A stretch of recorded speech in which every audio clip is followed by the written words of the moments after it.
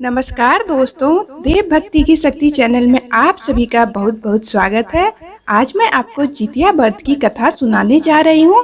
सभी प्रेम से बोलिए जितवाहन भगवान की जय हो। बहुत समय पहले की बात है। दो बहनें थी। एक का नाम था सुखिया और दूसरी का नाम था दुखिया। दोनों का भाग्य उनके नाम के जैसा ही था। दुखिया बहुत गरीब थी और बहुत दुखी रहती थी, लेकिन सुखिया बहुत अमीर थी और वह हमेशा सुखी रहती थी। दोनों एक ही गांव में रहते थे। दुखिया सुखिया के घर में काम करती थी। साफ सफाई, खाना बनाना, यह सारे काम दुखिया करती थी और जो खाना बच जाता था वह सुखिया दुखिया को दे देती थी। इसी तरह दुखिया का घर चलता था। समय बीतता गया। दोनों के दो दो बच्चे भी थे। सुखिया के दो पुत्र थे और दुखिया के भी दो पुत्र थे। एक बार जब जितिया का व्रत आया तो दोनों बहनों ने जितिया का व्रत रखा। दुखिया सुखिया के घर में काम करती थी, तो जितिया के व्रत के दिन भी उसने बहन के यहाँ काम करने गई। वहाँ दुखिया चावल फटक रही थी, तो चावल को फटकते समय जो चावल के खुद्दी बचा वह अपने लिए बचाकर रख लिए और अच्छे चावल सुखिया को दे दिए।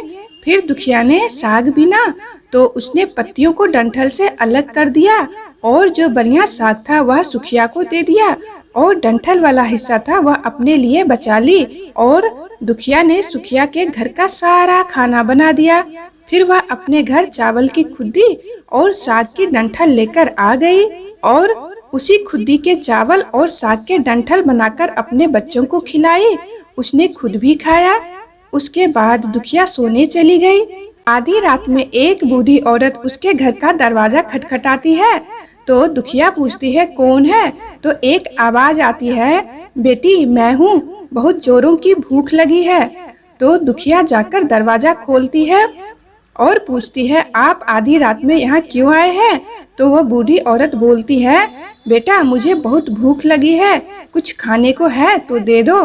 दुखिया उसे घर के अंदर ले आती है और उस बूढ़ी माई से कहती है, माई हम लोग बहुत गरीब है, आज मैंने खुद्दी का चावल और साग का डंठल बनाई है, क्या आप उसे खाएंगे? फिर उस बूढ़ी माई ने कहा, हाँ क्यों नहीं खाऊंगी, मुझे बहुत भूख लगी है, मैं तो वह खा लूंगी। दुखिया अंदर जाकर खाना ले आती है और उस अम्मा को दे देती है। खाना खाने के बाद बूढ़ी माई बोलती है, मुझे कुछ अच्छे से दिखाई नहीं देता है, इतनी रात में अंधेरे में मैं अपने घर कैसे जाऊंगी? तो दुखिया कहती है, कोई बात नहीं है, आप यहीं पर सो जाइए। बुढ़िया माई दुखिया के घर में ही सो जाती है। फिर कुछ देर बाद रात को बुढ़िया माई उठकर दुखिया से पूछती है, बेटी मुझे बाथरूम जाना है। दुखिया कहती है, माई हमारे घर में बाथरूम नहीं है, आप यहीं कहीं कोने में कर लीजिए, मैं सुबह उठकर साफ कर लूंगी। फिर बुढ़िया माई बोलती है, भर भर करूं या छर छर करूं? दुखिया नींद में थी और नींद में ही बोलती है, माताजी भर भर कर लो। फिर थोड़ी देर बाद अम्मा पूछती है, बेटा हाथ कहाँ साफ करूं? तो दुखिया कहती है, आप मेरे सर में हाथ साफ कर लीजिए। सुबह होती है तो यह सारी बातें दुखिया को सपने के जैसा लगता है। उसे लगा सोते समय उसने कोई सपना देखा है। वह ज्यादा इस बारे में कुछ नहीं सोचती है और नदी में स्नान करने के लिए चली जाती है। वह नदी में नहाती है और अपने बाल धोती है, तो उसके बालों से होते हुए जो पानी बहता है वह सोने का पानी होता है। आसपास की सभी महिलाएं यह देखकर चकित हो जाती है और कहती है, तुम्हारे बालों से तो सोने का पानी गिर रहा है, क्या बात है? फिर उसे रात की सारी बात याद आ जाती है। वह जल्दी से अपने घर की ओर भागती है, यह सोचकर कि उसका घर तो गंदा पड़ा होगा, उसे साफ करना होगा, तब जाकर स्नान करूंगी। जब वह अपने घर में जाती है तो वह देखती है कि घर के हर एक कोने में ढेर सारा सोना बिखरा हुआ है। यह सब देखकर दुखिया बहुत खुश हो जाती है और सोचती है, यह सब जितवाहन महाराज की कृपा से हुआ है। जितवाहन महाराज बुढ़िया माई का रूप धारण करके हमारे घर आए थे और मुझे इतना आशीर्वाद दिया। अब दुखिया अमीर हो जाती है और वह सुखिया के घर काम करना भी बंद कर देती है। दुखिया जब अपना व्रत पूरा करती है तो फिर अपने पुत्र से कहती है, जाओ मासी के घर से तराजू लेकर आ जाओ, यह नापने के लिए कि यह सोना कितना है। बच्चा बहुत ही खुशी से सुखिया मासी के पास जाता है और तराजू मांगता है। फिर सुखिया पूछती है, तराजू से क्या नापना है? तो बच्चा कहता है, मेरे घर में ढेर सारा सोना है, उसी को माँ नापेगी। यह सुनकर सुखिया कहती है, खाने के लिए तो तुम्हारे पास कुछ है नहीं और तुम सोना नापोगे, मुझसे झूठ कहते हो। बच्चा कहता है, नहीं मासी, मैं झूठ नहीं बोल रहा हूँ।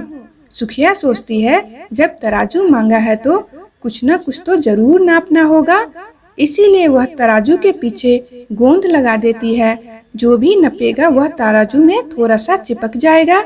जब दुखिया सोना को नापती है तो सोने के कुछ टुकड़े तराजू के पीछे चिपक जाते हैं।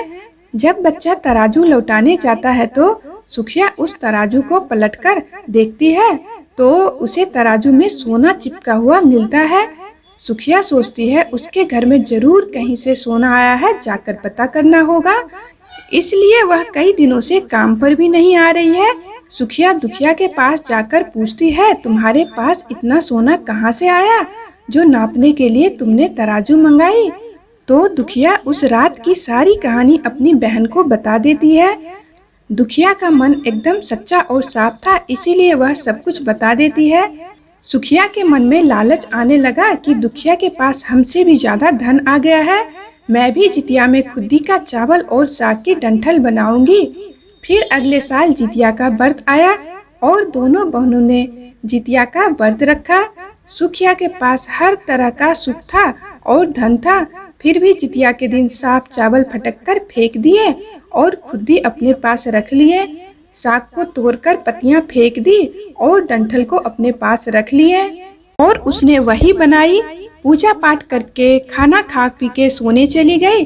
फिर आधी रात में वही बूढ़ी माई उसके घर में आई और दरवाजा खटखटाने लगी। सुखिया तो इंतजार ही कर रही थी, तो उसने जल्दी से उठकर दरवाजा खोला और बुढ़िया माई को घर के अंदर ले आई। बूढ़ी माई बोलती है, मुझे भूख लगी है, कुछ खाने को दे दो। तो सुखिया बोलती है, मैं खुद्दी का चावल और साग का डंठल बनाई हूँ। बूढ़ी माई बोलती है, कोई बात नहीं, मैं खा लूंगी। तो सुखिया परोस देती है। बूढ़ी माई खाना खाकर बोलती है, मैं घर नहीं जा सकती, मुझे दिखाई नहीं देता अंधेरे में। फिर सुखिया कहती है, आप यहीं पर सो जाइए। फिर थोड़ी देर बाद बुढ़िया माई को बाथरूम जाना होता है। वह सुखिया से पूछती है तो वह कहती है, यहीं कहीं कोने में कर लीजिए। फिर माई पूछती है, भर भर करूं या छर करूं? पर सुखिया को याद नहीं आता कि उसकी बहन ने क्या कहा था, तो उसने बोल दिया, छर कर लो। फिर बुढ़िया माँ पूछती है, मैं अपने हाथ कहाँ साफ करूं? तब सुखिया कहती है, मेरे सर में साफ कर लीजिए। जब सुखिया सुबह उठती है तो वह देखती है उसका सारा घर गंदगी से भरा पड़ा होता है और उसके बाल में भी बहुत ज्यादा गंदगी लगी हुई है। यह सब देखकर सुखिया बहुत ही ज्यादा दुखी हो जाती है और उसे गुस्सा भी आ जाता है। वह अपनी बहन दुखिया को बुलाती है और उसको गुस्सा करती है, तुमने हमसे झूठ कहा, मेरा पूरा घर गंदा करवा दिया। तो दुखिया पूछती है, तुमने क्या कहा था, भर भर करूं या छर? तो सुखिया कहती है, छर। फिर दुखिया कहती है, यहीं पर तो तुमने गलती करी और तुम्हारे पास तो सब कुछ था, किसी चीज की कमी नहीं थी तुम्हें, फिर भी तुमने लालच की। मेरे पास तो कुछ भी नहीं था, तुम्हारे पास तो सब कुछ था। तुम्हारे पास जितवाहन महाराज भेष बदल कर आए थे, फिर भी तुमने उन्हें अच्छा खाना नहीं परोसा। मेरे पास तो कुछ भी नहीं था, इसीलिए हमने खुद्दी की चावल और साग की डंठल उन्हें दिया खाने को। पर तुम्हारे पास इतना कुछ होते हुए भी तुमने उन्हें अच्छा खाना नहीं दिया। तुमने अपने घर आए भगवान का अपमान किया। तुम्हारे पास सब कुछ होते हुए भी भगवान जी का स्वागत अच्छे से नहीं किया। तुम्हें लालच नहीं करना चाहिए था, तुम्हारी लालच की वजह से ही यह सब हुआ है। तब सुखिया को अपनी गलती का पश्चाताप होता है और वह भगवान जी से माफी मांगने लगती है। तो दोस्तों, यह थी हमारी आज की जितवाहन महाराज की पौराणिक कथा। अगर पसंद आई तो प्लीज वीडियो को लाइक कर दें। धन्यवाद।